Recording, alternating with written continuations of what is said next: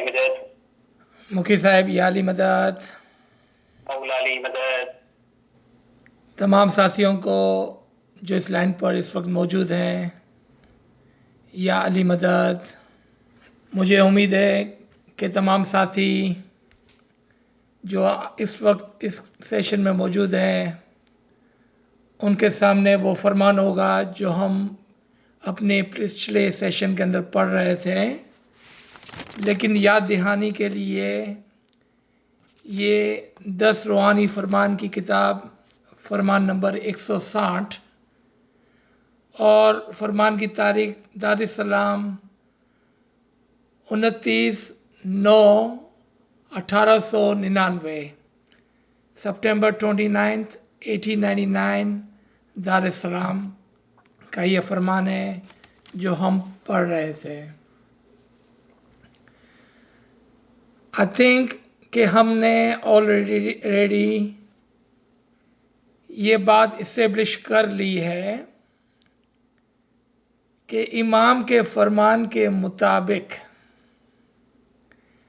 जो इल्म और अमल वाले हैं, और आगे मौला फरमाते हैं कि जो अक्लमंद है वो अपनी रूह की फ़िक्र करते हैं और फरामीन के ऊपर ख्याल भी ज़्यादा करते हैं।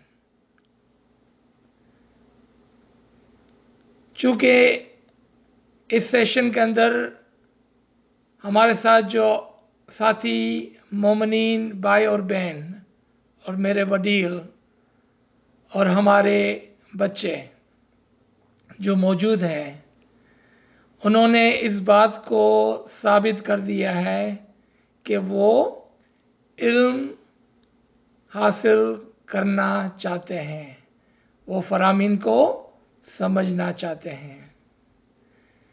इससे पहले कि हम इस फरमान के ऊपर आएँ, नाचीज़ एक सेकंड के लिए मौलाए मेहरबान से मदद तलब करना चाहता है और आपकी दुआओं का भी खासगार है। तौफीक, ताहीद, हिम्मत व यारी।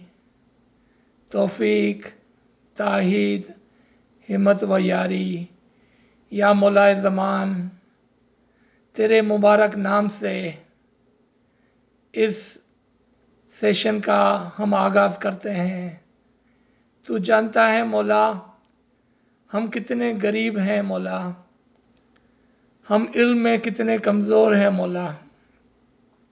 अगर तेरी मदद ना हो मौला तो हम हरगिज़ इस ज़बान को नहीं चला सकते, ना ही हमारे दिलों के अंदर कोई ऐसी तौफीक हो सकती है कि जिससे हम तेरे फरामीन को समझ सके मौला। या मौला हम तेरी मदद तलब फरमाते हैं, आजीज़ी से मौला तेरी मदद के लिए दरख्वास्त करते हैं मौला। या मौला हमारी मदद फरमा, हमारे साथ रहना मौला। या नूर मौलाना शाह करीमुल हुसैनी हाज़िर इमाम, तेरे ही मुबारक नाम से इस सेशन का आगाज़ करते हैं। आमीन या रब्बिल आलमीन। हम इसके इस पैराग्राफ पर खड़े हुए थे जहाँ मौला फरमाते थे, तुम में से जो ज़्यादा अक्लमंद थे वो हमारे रास्ते पे चले।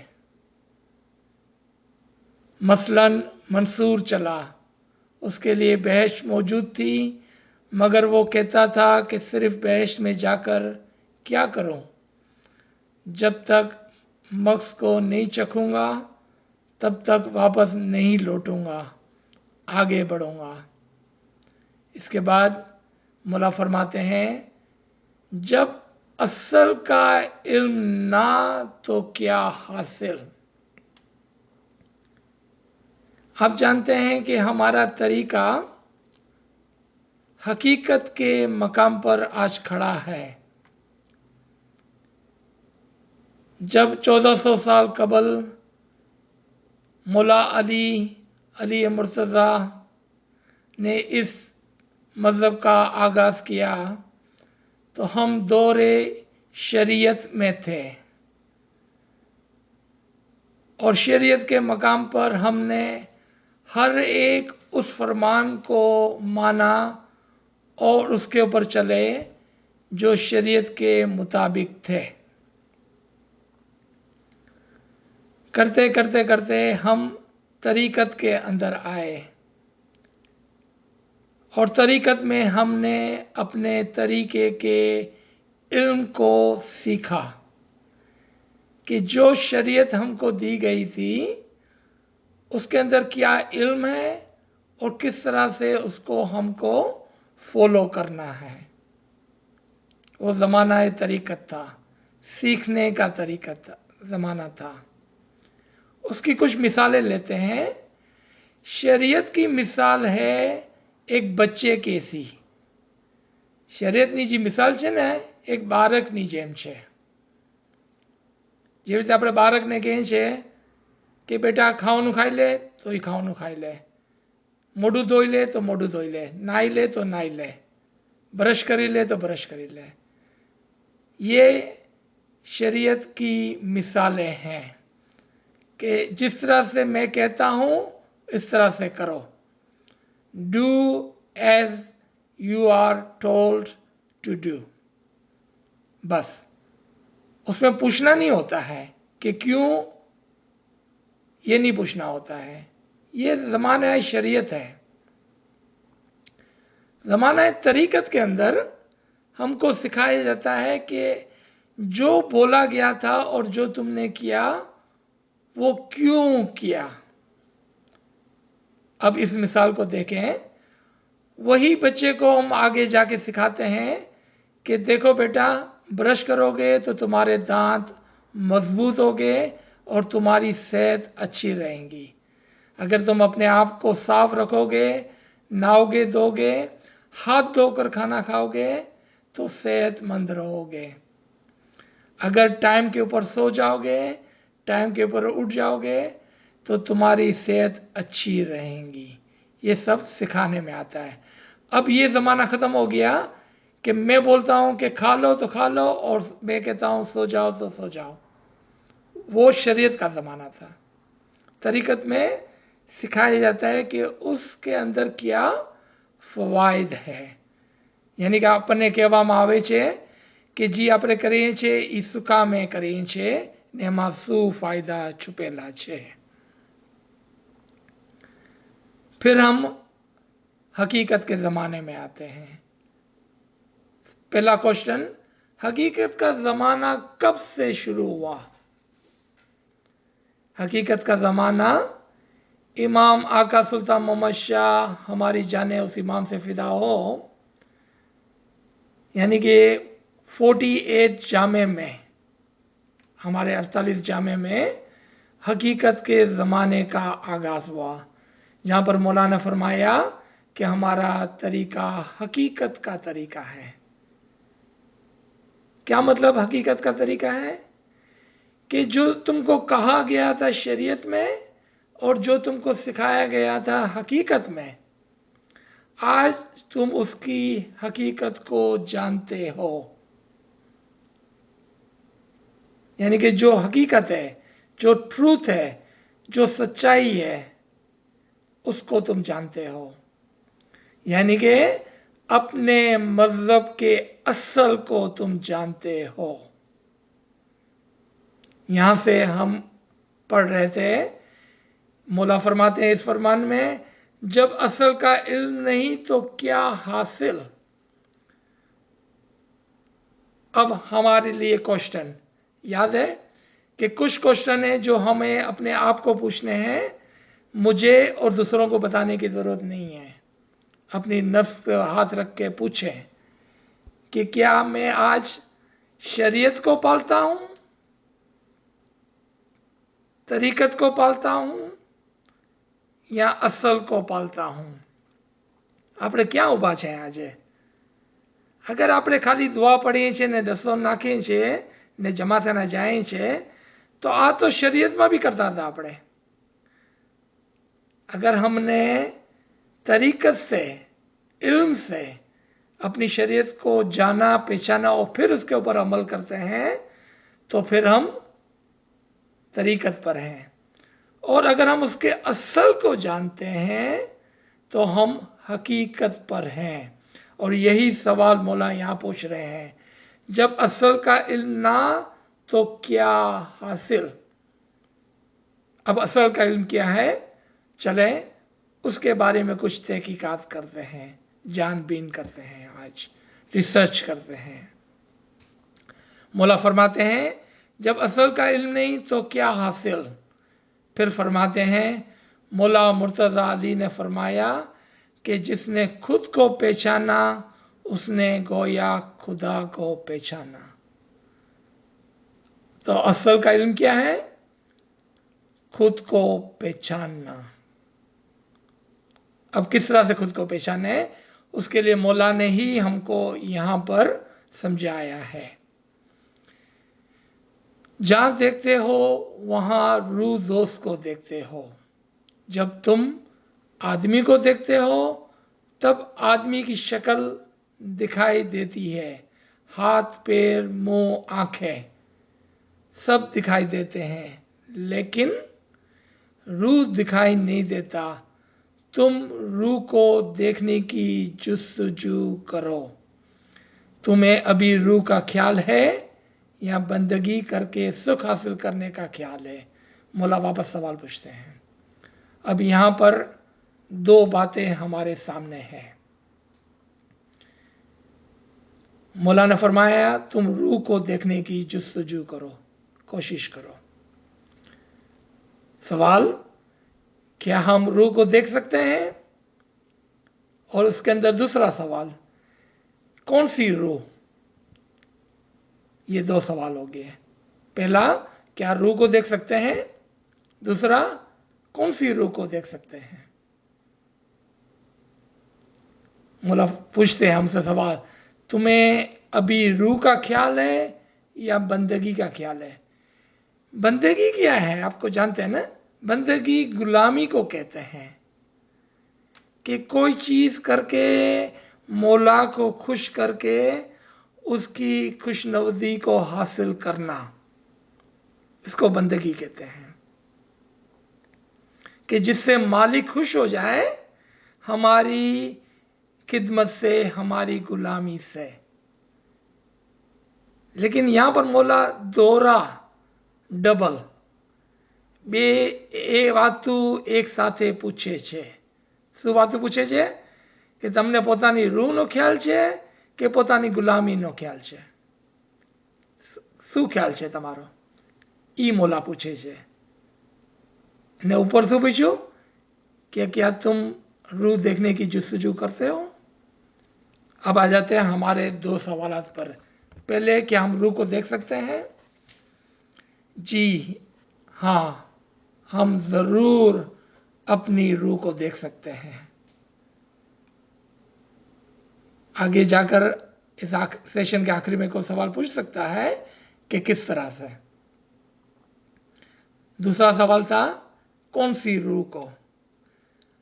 जब तक हम इस सवाल का जवाब नहीं देते हैं और नहीं समझते हैं, हम अपनी रूह को नहीं देख पाएंगे।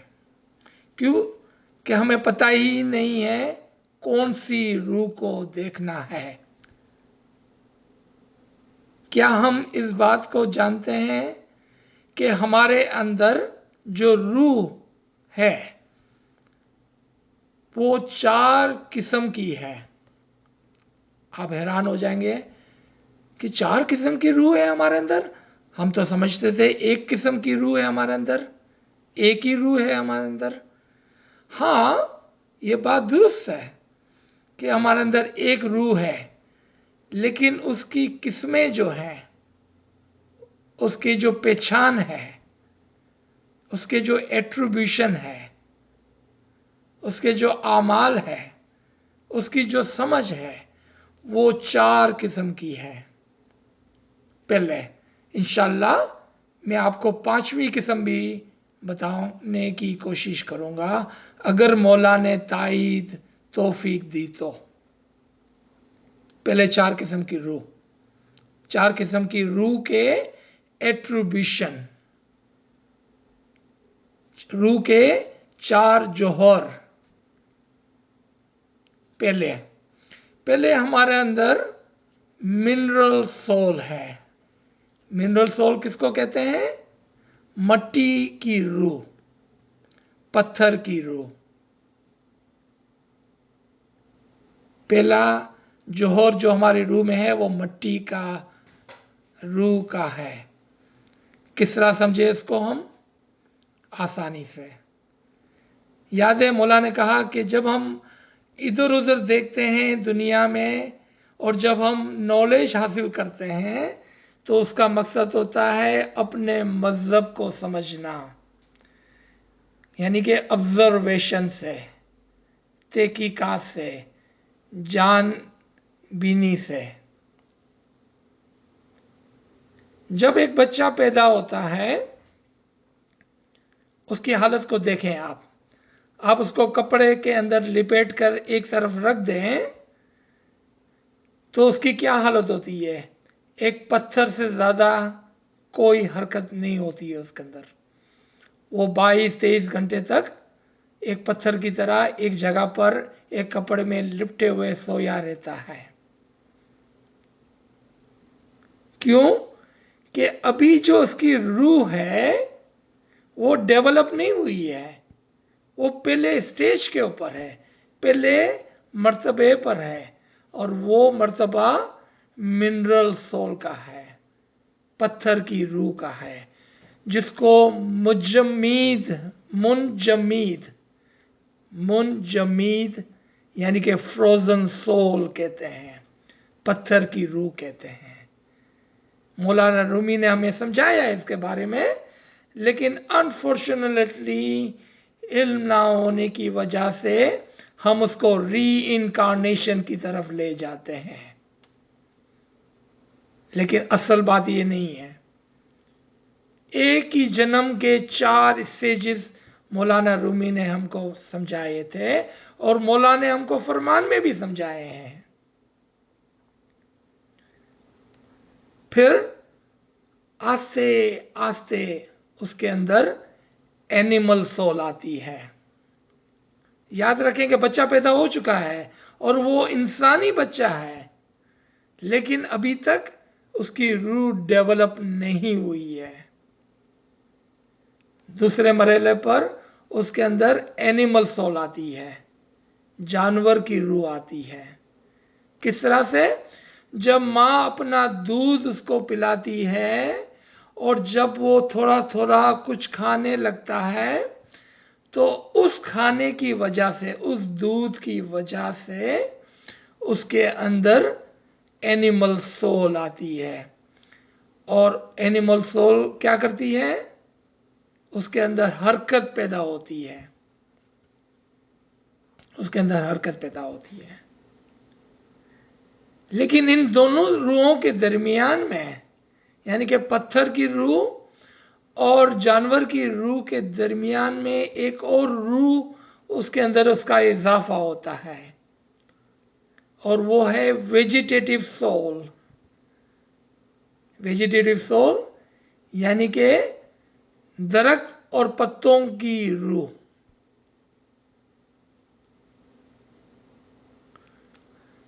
जिसकी वजह से वो बच्चा बढ़ने लगता है। जिस तरह से एक ઝાડ મોટું થાય છે ને, એવી રીતે બચ્ચાનું જિસ્મ બી મોટું થવા માંડે છે। આ રૂહ જે છે એ મિનરલ સોલ અને એનિમલ સોલના વચમાં હોય છે, जिसकी वजह से उसका जिस्म बढ़ने लगता है। इंशाल्लाह किसी और सेशन के अंदर हम इन चारों रूहों को और ज़्यादा तरीके से समझने की कोशिश करेंगे, लेकिन चूंकि आज हमारा सब्जेक्ट नहीं है तो इसलिए मैं शॉर्ट में आपको समझाता हूँ। बराए मेहरबानी अपनी नोटबुक के अंदर इसको नोट कर लें। याद रखना, मुझे भूलने नहीं देना, क्योंकि ये बहुत ही इम्पोर्टेंट सब्जेक्ट है, लेकिन किसी और दिन के लिए ये सब्जेक्ट है, आज के लिए नहीं। अब हमने 3 रूहों की बातें कर ली, mineral soul, vegetative soul and animal soul. इसके बाद चौथी रूह का इजाफा होता है उस बच्चे में, उसको कहते हैं रूह नातिका, यानी कि बोलने की रूह। अब ये बोलने की जो रूह है वो जानवर में भी होती है, यानी कि जानवर भी आवाज़ करते हैं, हम भी बोलते हैं, आवाज़ करते हैं। वापस बच्चे की तरफ तवज्जो दें। शुरू शुरू में जब वो बोलता है तो उसकी बात में कुछ माल नहीं होता है, कोई बात समझ में नहीं आती हमारी। जिस तरह से जानवर भौंकता है या जानवर हाँकता है या जानवर बोलता है तो हमें समझ में नहीं आता है। क्यों? कि ये रूह जो थी वो डेवलप होके वो जानवर की रूह बन गई थी, अभी तक इंसानी रूह के अंदर नहीं आई थे। वो बच्चा जो था ना, इंसान नहीं बना है अभी तक। दिखने में इंसान तो लगता है लेकिन मुकम्मल इंसान नहीं है अभी तक। इसके बाद उसके अंदर ह्यूमन सोल, जिसको इंग्लिश में रैशनल सोल कहते हैं, उर्दू के अंदर तमीज़ करने की रूह, तमीज़ करने की सलाहियत, गुजराती मां सोचवा समझवानी ताकत। एक बच्चे के अंदर सोचने समझने की ताकत कब आती है? जब वो 8-10 साल का हो जाता है, फिर वो छोटी सी उसके अंदर ताकत होती है, अभी भी मुकम्मल नहीं है ये।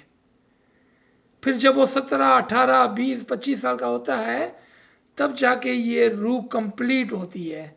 आपने देखा कि रूह के कितने दर्जात हैं और रूह आने के बावजूद भी वो कंप्लीशन की तरफ नहीं होती है, मुकम्मल नहीं होती है।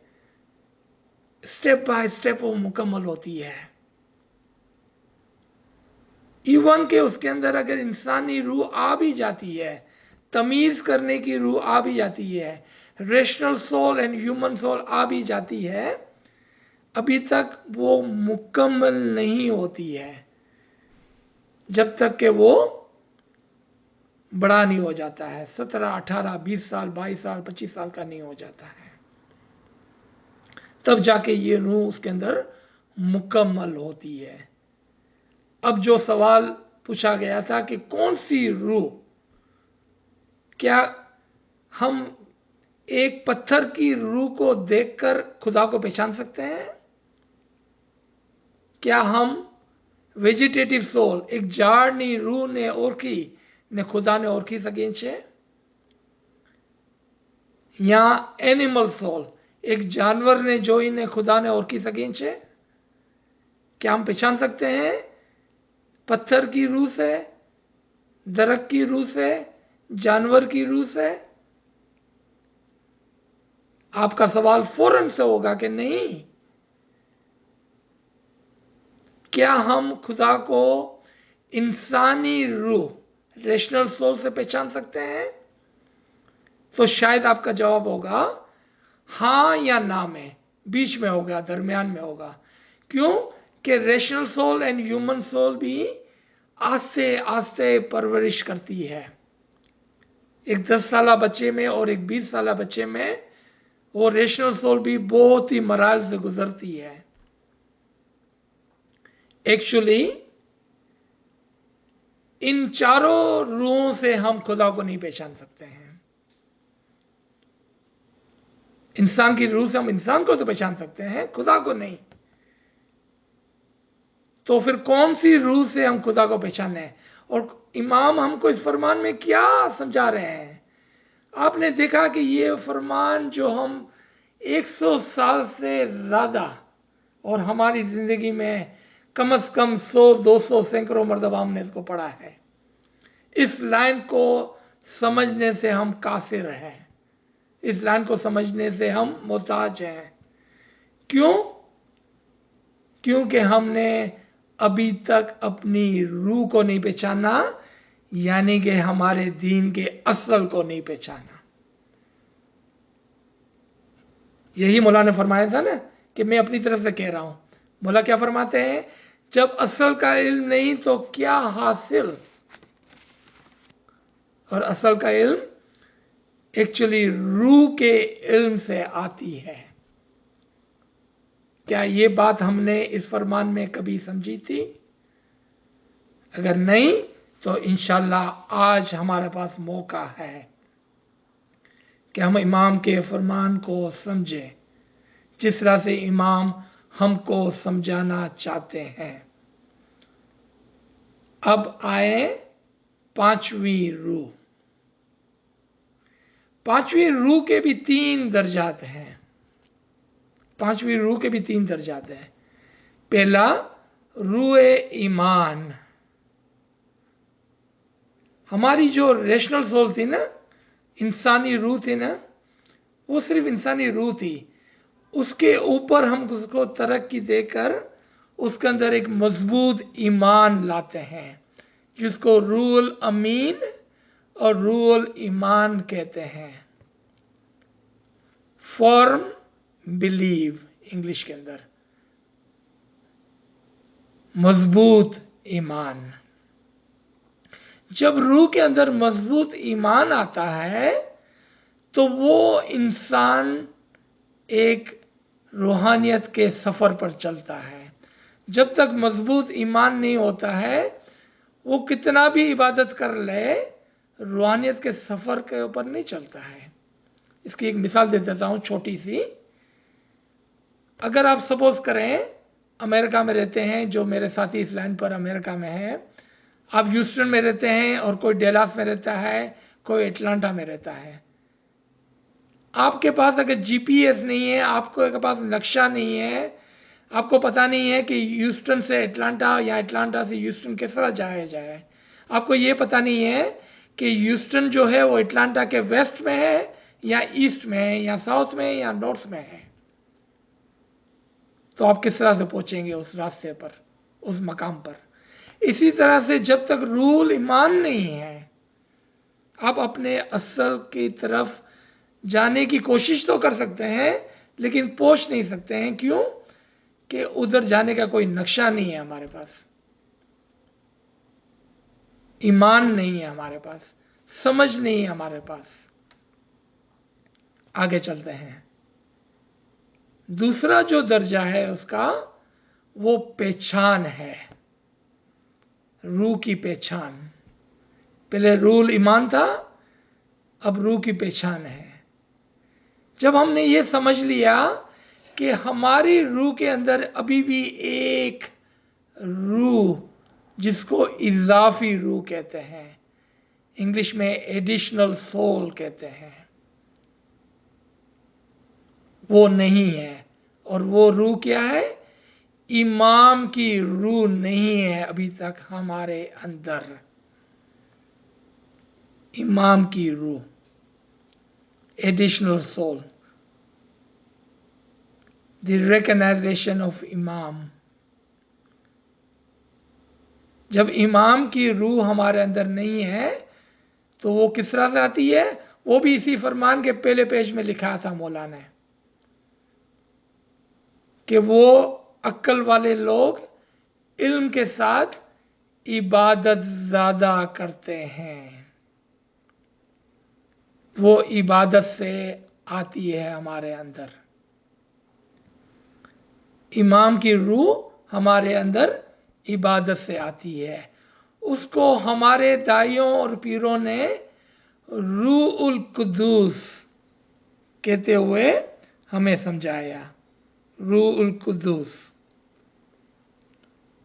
यानी कि खुदा की रूह। अब हम इसको समझ गए कि वो रूह जिसकी तरफ इमाम इशारा फरमाते हैं कि तुम अपनी रूह को देखो तो तुम खुदा को पहचानोगे, वो कौन सी रूह थी? वो इमाम की रूह थी, रूहुल कुद्दूस थी। कि वो रूह जो आपके अंदर इमाम ने रखी है, ये अलग सवाल हो सकता है कि कब और किस तरह से हमारे अंदर रखी। क्योंकि मैंने इस गरीब और नाचीज़ ने आपको मट्टी, वेजिटेटिव सोल, एनिमल सोल, रूए नातिका, रेशनल सोल, ह्यूमन सोल की मिसालें दे दी।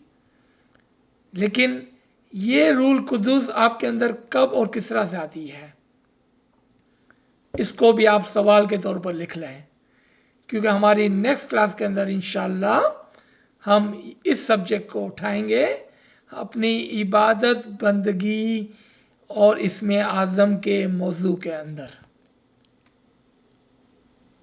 आज हमारा जो सब्जेक्ट है वो नॉलेज और किस तरह से ज़रूरत है हमको अपने मज़हब को समझने की, वो है। इंशाल्लाह नेक्स्ट सब्जेक्ट जो हमारा होगा वो इसमें आज़म, इबादत और रूह का होगा। तो फिर हम इन तमाम चीज़ों को कवर करेंगे। अगर हम नाचीज़ को मौका दिया गया तो हम मिल बैठ कर इसको समझेंगे इंशाल्लाह। अच्छा, अब हम समझ गए कि जब मौला फरमाते हैं कि जिसने अपने आप को पहचाना उसने खुदा को पहचाना, तो वो अपने अंदर जो इमाम की रूह है, रूह कुदूस है, जिसने उसको पहचाना उसने खुदा को पहचाना। तो हमको अपनी रूह को तरक्की देकर उस मकाम तक पहुंचाना है। किस तरह से, वो नाचीज़ आपको अगली क्लास के अंदर इंशाल्लाह समझाएंगा। चलते हैं आगे इस फरमान के अंदर। इंसान का दर्जा बुलंद है मगर वो खुद अपने हाथ से नीचे गिरा देता है। तुम में से कोई कोशिश करे तो पीर सदरुद्दीन जैसा, पीर शम्स जैसा, मंसूर जैसा बने तो तुम ऐसे बन सकते हो, तुम उनसे भी बुलंद हो सकते हो। कितनी बड़ी बुशारत है हमारे लिए। ये फरमान करते हुए इमाम ने हमारे लिए एक दुआ की है। क्या दुआ फरमाई है? कि आप मंसूर जैसे बने, आप पीर सदरुद्दीन जैसे बने, आप पीर शम्स जैसे बने। ना सिर्फ ये, आप देखिए कि मौला की कितनी बड़ी रहमत है हम पर। फरमाते हैं कि आप उससे भी बुलंद जा सकते हैं। आप मेरे भाई बहन मुझे बताएं कि पीर सदरुद्दीन से बुलंद मर्तबा किसका है? सोचिए आप एक मिनट के लिए, किसका पीर शम्स, पीर सदरुद्दीन से बुलंद मर्तबा है? मौला फरमाते हैं आप वहां तक जा सकते हो। ये इमाम की शफकत और इमाम की दुआ है हमारे लिए। लेकिन ये उस वक्त हो सकता है जब हम अपनी रूह, और वो रूह जो इमाम ने हमारे अंदर रखी है, उसको पहचाने, तब जाके ये मुमकिन होगा, तब जाके ये मुमकिन होगा। मौला फरमाते हैं आप अपने असल को नहीं पहचानते हैं, क्योंकि हमारा असल जो है वो इमाम के साथ है। वकुल्ल शैइन सनाफी इमाम मुबीन, हर चीज इमाम में समोई हुई है। तो फिर आप और मैं, हम भी तो इमाम में समोए हुए हैं। किस चीज की देर है? सिर्फ पर्दा हटाने की जरूरत है, समझने की जरूरत है, पहचानने की जरूरत है, ताकि हम देख सके कि हम इमाम में किस तरह से आज ही समोए हुए हैं। खाली पर्दा बीच में है, समझ की देर है, बस ज्यादा देर नहीं है। आगे मौला फरमाते हैं हम नहीं कहते कि तुम कैसे बनोगे, मगर हमें सब मालूम है। अगर तुम अपने दीन के रास्ते पर मुस्तकीम होकर चलोगे तो तुम बुलंदी पर पहुंच सकोगे, वो हम जानते हैं। मौला डेफिनेटली फरमाते हैं कि हमको पता है कि अगर आप मजबूती से अपने मजहब पर चलोगे, और मजबूती से हम कैसे चलेंगे, कब चलेंगे? जब हम अपने मज़हब को जानते होगे। क्या शरीयत से हम पूछेंगे वहाँ पर? नहीं। क्या तरीक़त से हम पूछेंगे वहाँ पर? नहीं। क्या हम हकीकत से पूछेंगे? हाँ, हम हकीकत से मार्फत तक पहुँच सकते हैं। यहाँ पर जो जर्नी है ना, वो बस एक कदम की है, एक कदम की है। अगर हम हकीकत पर है तो मार्फत पर पहुँचना है, बस एक कदम की जर्नी है। लेकिन अगर हम खुदा ना खास्ता आज भी शरीयत के अंदर अटके हुए हैं तो फिर ये सफ़र बहुत लंबा और दूर का है। अगर हम हकीकत में हैं तो एक कदम दूर है मारिफत से, इमाम की पहचान से, इमाम के दीदार से। रूह को देखने में एक कदम का फासला है बस। और हम ये कर सकते हैं, क्यों? कि इमाम ने फरमाया हम कर सकते हैं। मौला फरमाते हैं हम जानते हैं तुम्हारा दिल और मकसद सूफी ख्याल में हो तो तुम पहुँच पाओ। इस काम में कई चीज़ों की ज़रूरत है। उसमें बुलंद हिम्मत होना चाहिए, और हिम्मत मुला फरमाते हैं अनफॉर्चुनेटली, अफसोस के साथ, तुम में नहीं है। लेकिन इंशाल्लाह वो साथी जो कोशिश करते हैं, इंशाल्लाह हम में हिम्मत है और हम ये काम कर सकते हैं, हम कर सकते हैं। मौला फरमाते हैं कई हज़ार साल गुजर गए, इसमें कितने अफराद इस मकसद को पहुँचे। हज़रत ईसा, हज़रत रसूल, मंसूर, पीर शम्स और दुनिया के दीगर चंद अफराद पहुँचे। उन सब का काम और रास्ता एक जैसा था। वो वहाँ पहुँचे, वो अपने रूह के आशिक थे, रूह के दोस्त थे। वो उस मकाम पर पहुँचे। वो अपने रूह के आशिक थे। कौन सी रूह के आशिक थे? पत्थर की रूह के, दरख्त की रूह के, जानवर की रूह के, इंसान की रूह के, या इमाम और रूल कुदूस के दोस्त थे? आप कहेंगे आज हम इस बात को समझ गए हैं, हम इमाम की रूह, रूल कुदूस जो इमाम ने हमारे अंदर रखी है, हम उसके दोस्त थे, इसलिए वो वहां पर पहुंच सके। क्यों? उनके पास हकीकी इल्म था, उनके पास हकीकी इल्म था। और इल्म वाली रूह ही दर्जा ब दर्जा ऊपर बुलंद जाती है। जिसको इल्म का शौक नहीं, इल्म के अंदर भी 3 मर्तबे हैं। मैं उन साथियों को पहले एड्रेस करता हूं जो इस क्लास के अंदर पेपर पेंसिल लेके बैठे हुए हैं, जो इल्म के शौकीन हैं, जो लिख रहे हैं। इल्म के भी 3 दर्जात हैं। इल्मुल यकीन, पहले आप इल्म लें और उस पर यकीन करें। जब तक यकीन नहीं होगा आपको इल्म के ऊपर, आप आगे नहीं बढ़ सकते हैं। फिर ऐनुल यकीन, जो इल्म आपने सीखा उसको प्रैक्टिस करके इबादत में देखें। ऐनुल यकीन, देखने के मकाम पर यकीन। आप उसको इबादत करके, मेरी बात पर नहीं, अपने खुद के इबादत से आप उन बातों को देखें जो नाचीज़ ने, इस गरीब और फ़कीर ने इस वक्त आपको समझाई है। आप खुद प्रैक्टिस करके इन चीज़ों को देख सकते हैं, ना कि सिर्फ मेरी बात पे यकीन करके बैठ जाना है। ये तरीका नहीं है हमारा। हमारा तरीका आगे बढ़ने का है। ऐनुल यकीन के मकाम पर आप पहुंचकर इबादत से देख सकते हैं इसको। फिर 3रे दर्जे पर हक्कुल यकीन, उसके अंदर फना होकर। आप खुद देखेंगे कि पीर सदरुद्दीन ने हमारी रूह को किस तरह से तारा था, उसके अंदर फना होकर।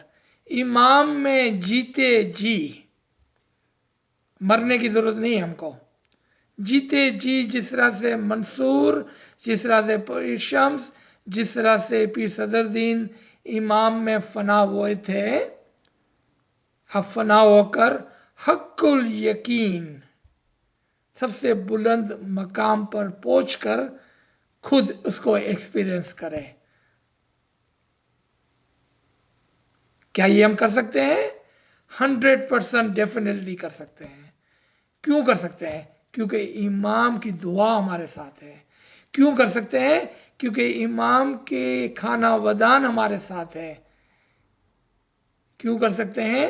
क्योंकि इमाम ने हमको उस मकाम पर पहुंचाने के लिए बैतुल ख्याल की इबादत और इसमें आज़म दिया है, इसलिए हम कर सकते हैं, 100% कर सकते हैं। सिर्फ हिम्मत चाहिए, यकीन चाहिए, हर लेवल का यकीन चाहिए, इल्म चाहिए, और इल्म के अंदर अक्लमंदी, मारिफत चाहिए।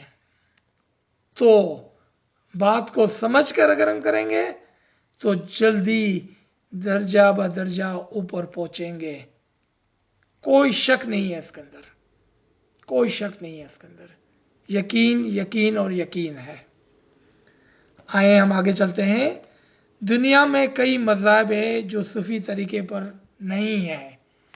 शरीयती, नसारी, यहूदी, हिंदू वगैरह तमाम मज़हब वाले सूफ़ी तरीके पर नहीं है। अब यहाँ पर माफ़ी के साथ मैं तमाम सुनने वालों को जो इस वक्त सुन रहे हैं और तमाम सुनने वाले जो बाद में इस रिकॉर्डिंग को सुनेंगे, चैलेंज करना चाहता हूँ आपके अकूल को। તમારી સોચને થોડું જગાડવા ચાહું છું, માફીના સાથે अगर इजाज़त हो तो। पहले अपने आप के नफ्स के ऊपर हाथ रख के पूछे अपने आप को, हम कितनी मर्तबा इधर उधर शरीयत के अंदर, कभी हिंदुइज्म के अंदर, कभी हिंदुओं की चीज़ों के अंदर, कभी किसी के चीज़ों के अंदर, पता नहीं कहाँ पर हम खोए रहते हैं, इधर उधर भटकते रहते हैं और समझते हैं कि इन मज़ाहिब के अंदर हकीकी इल्म हमको मिलेगा। कभी हम हिंदू के मज़हब के अंदर झांकते हैं, कभी शरीयत के अंदर झांकते हैं, पता नहीं क्या क्या करते रहते हैं माफ़ी के साथ। जबकि मौला ने हमको हकीकी दीन में बड़ी शफ़क़त से, मोहब्बत से, मेहरबानी करके पैदा किया है। हमको इधर उधर झांकने की ज़रूरत नहीं है। ये नाचीज़ की एक अदना सी रिक्वेस्ट है आपके सामने। फिर आपकी मर्ज़ी, आप अपने मर्ज़ी के मालिक हैं। हकीकी इल्म हमारे मज़हब में भरा हुआ है, इमाम का हकीकी इल्म। अगर आप इल्म के आशिक हैं, इमाम के आशिक हैं, तो अपने मज़हब की तरफ तवज्जो दें, हकीकी इल्म को हासिल करें, ताकि आप बुलंद मकाम पर अपनी रूह को ले जा सकें। दोबारा से मैं इसको पढ़ता हूँ। दुनिया में कई मज़हब है जो सूफ़ी तरीक़े पर नहीं है। सूफ़ी तरीक़ा यानी कि अपने मज़हब का ख्याल करने वाले नहीं हैं। वो कौन है? वो शरीयती, नसारा, यहूदी, हिंदू वगैरह है। अगर ये वो लोग हैं तो फिर हम उनकी मज़हब की तरफ क्यों तवज्जो देते हैं? वो तमाम मज़हब वाले सूफ़ी तरीक़े पर नहीं, इनके ख्यालात और बंदगी पस्ती की तरफ जाने के लिए है। या मौला हमको माफ़ कर। कितने लोग हैं और हमने देखे हैं हमारे ही भाई बहन जमात के अंदर जो हिंदू तरीके के पीछे भागते हैं और उनके तरीके से इबादत में जाते हैं। दोबारा मैं पढ़ता हूँ, मौला के अल्फाज है यहाँ पर, आप उसको हीरे जवाहरात की तरह अपनी झोली के अंदर भर लें।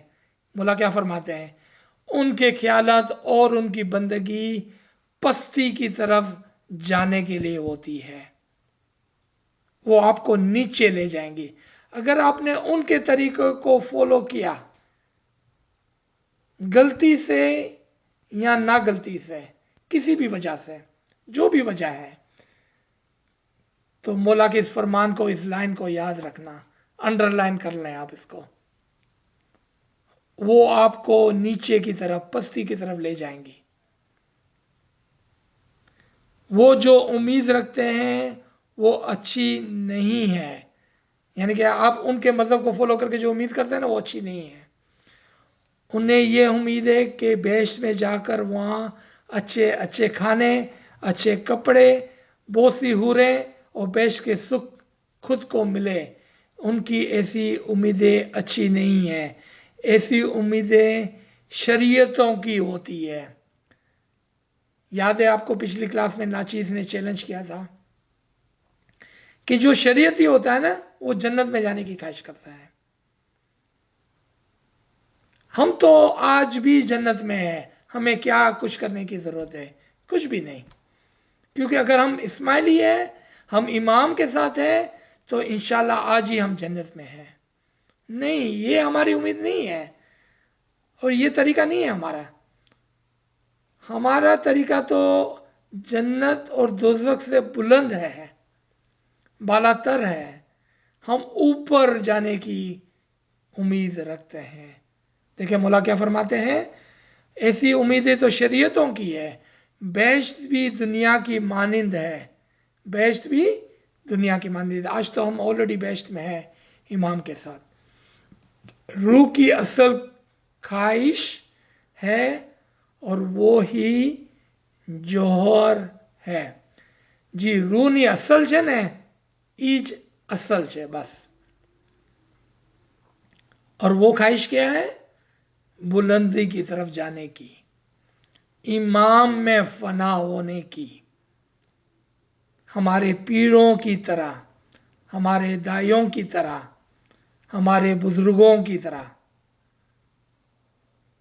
फना फी इमाम होने की ख्वाहिश, जन्नत में जाने की ख्वाहिश नहीं, क्योंकि जन्नत में तो आज ही है हम, यानी कि हम ये ख्वाहिश करते हैं कि जहां बैठे हैं बस उधर ही बैठे। नहीं, हमें तो बुलंद जाना है। मौलाना रूमी क्या ने कहा है कि मैं पत्थर था, उससे मैं दरख्त में पैदा हुआ, उसमें मैं तब्दील होकर चूंटी बनूंगा, फिर जानवर में पहुंचूंगा, हैवान में से बंदर पहुंचा, उसमें से इंसान बना, इंसान में से क्या बनूंगा? मलाइक बनूंगा। वहां से कहाँ जाऊंगा? उससे भी ऊपर जाऊंगा। इस पैराग्राफ को हमने पहले से ही कवर कर लिया है। अगर हम मिसालों के अंदर फंस जाते हैं तो फिर हम समझते हैं कि हम गुनाह करते हैं, फिर पीछे जाते हैं, हम सवाब करते हैं, फिर आगे जाते हैं, और ये मिसालों के अंदर फंसे रहते हैं।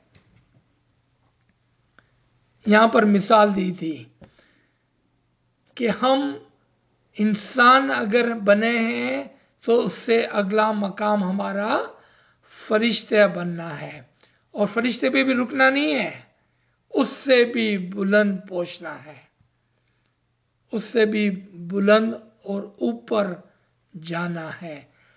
वापस सवाल हमारे अकूल के लिए, हमारी समझ के लिए, फरिश्ते से ऊपर क्या होता है? फरिश्ते के ऊपर तो इमाम और खुदा होता है। तो क्या फरमाया? मैं फरिश्ता बनूंगा, इसके बाद उससे भी ऊपर जाऊंगा, वहां पर रुकना नहीं है। हमने बहुत लंबा सफर करके हम यहां पर पहुंचे हैं, अब हमको फरिश्ता बनना है और उससे भी ऊपर जाना है। तुम ख्याल करो कि हम फना हो जाएं, जो कोई चाहे और कोशिश करे वो वहां पहुंच सकता है, लेकिन तुम्हारे गुनाह तुम्हें पहुंचने नहीं देते हैं। तुम्हारे गुनाह तुम्हें पहुँचने नहीं देते हैं। इन गुनाहों ने तुम्हें कैद खाने में बंद करके रखा है। दुनिया के गुनाहों ने तुम्हें कैद खाने में डाला हुआ है। लेकिन इस लाइन के ऊपर और इस इल्म को हासिल करने वालों को मैं ऐसा नहीं समझता हूँ, मैं ऐसा नहीं देखता हूँ। इंशाअल्लाह आप तमाम अपने नफ्स के ऊपर, अपने ऊपर ख्याल करके बहुत ही केयरफुली सोची समझीने આપણે આગળ વધીએ છીએ। लेकिन कभी कभार हम गुनाह करते रहते हैं जिसका हमको इल्म ही नहीं होता, जिसका हमको इल्म ही नहीं होता। मैं एक छोटी सी मिसाल देना चाहूँगा, थोड़ा चैलेंज करने के लिए। माफ़ी के साथ मेरे वडीलों, मुखी साहब, कामड़े साहब, जो भी लाइन पर है, मुझे माफ़ करना। लेकिन हमको झंझोड़ने के लिए कभी कभार थोड़ी सख्त मिसालें यूज़ करनी पड़ती है ताकि हम जाग जाएं, होश में आ जाएं। कभी कभार हम सोचे समझे बिगर गुनाह करते हैं। जब हम दुआ पढ़ते हैं तो दुआ सवाब का काम है या खुदा ना खास्ता गुनाह का काम है? आप बोलेंगे क्या बात करते हैं आप, दुआ पढ़ना तो सवाब का काम है। देखिए मौला क्या फरमाते हैं, दो फरमान, दो जामे से मैं आपको समझाता हूं, दो जामे से दो फरमान आपको समझाता हूं।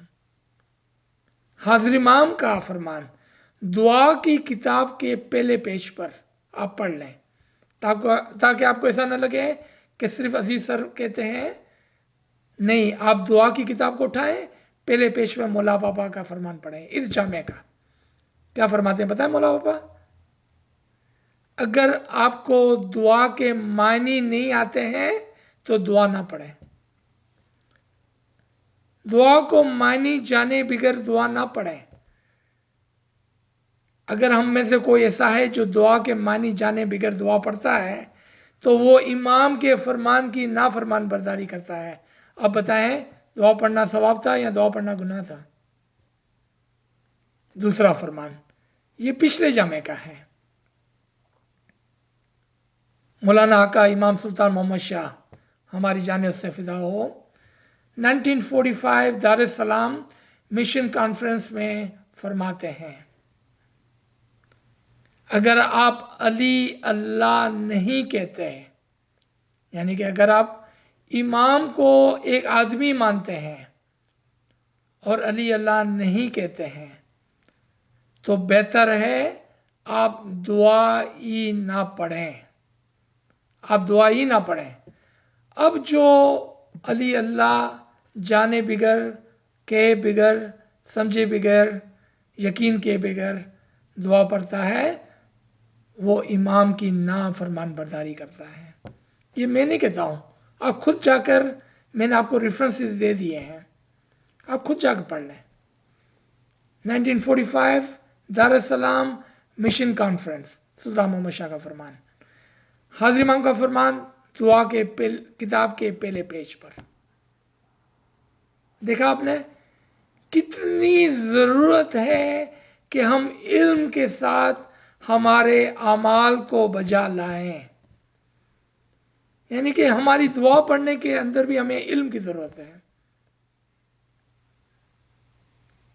हमारी समझ के बिगर जब हम काम करते हैं तो हम ना जाने बिगर, इंटेंशनल के बिगर हम गुनाह कर लेते हैं।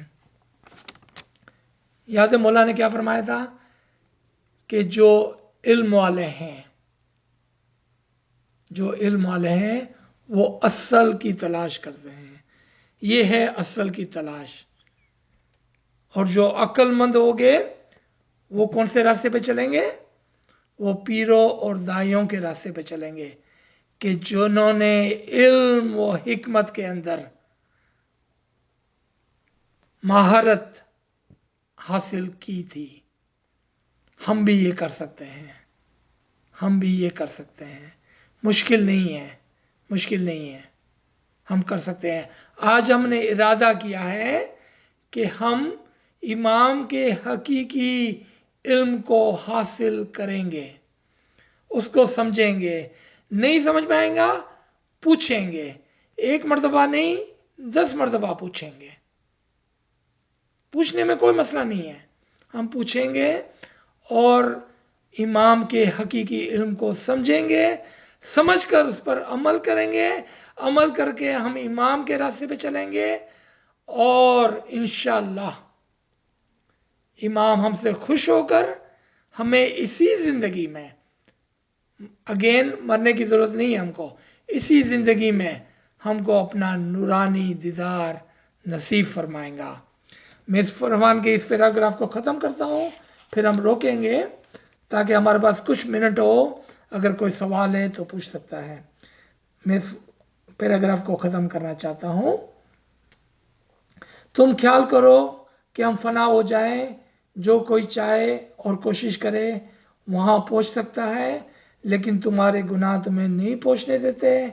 इन गुनाहों ने तुम्हें कैद खाने में बंद करके रखा है, दुनिया के गुनाहों ने तुम्हें कैद खाने में डाला हुआ है। आमीन या रब्बल आलमीन। इंशाअल्लाह मौला हमारे साथ है और मौला हमको इस फरमान पर चलने की तौफीक इनायत फरमाए। आमीन या रब्बल आलमीन। बहुत ही नवाजिश, अगर कोई क्वेश्चन हो तो प्लीज़ पूछ लें।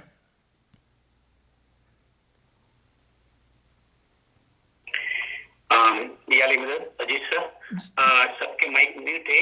If I'm gonna open the mic, I think it's gonna make too much noise.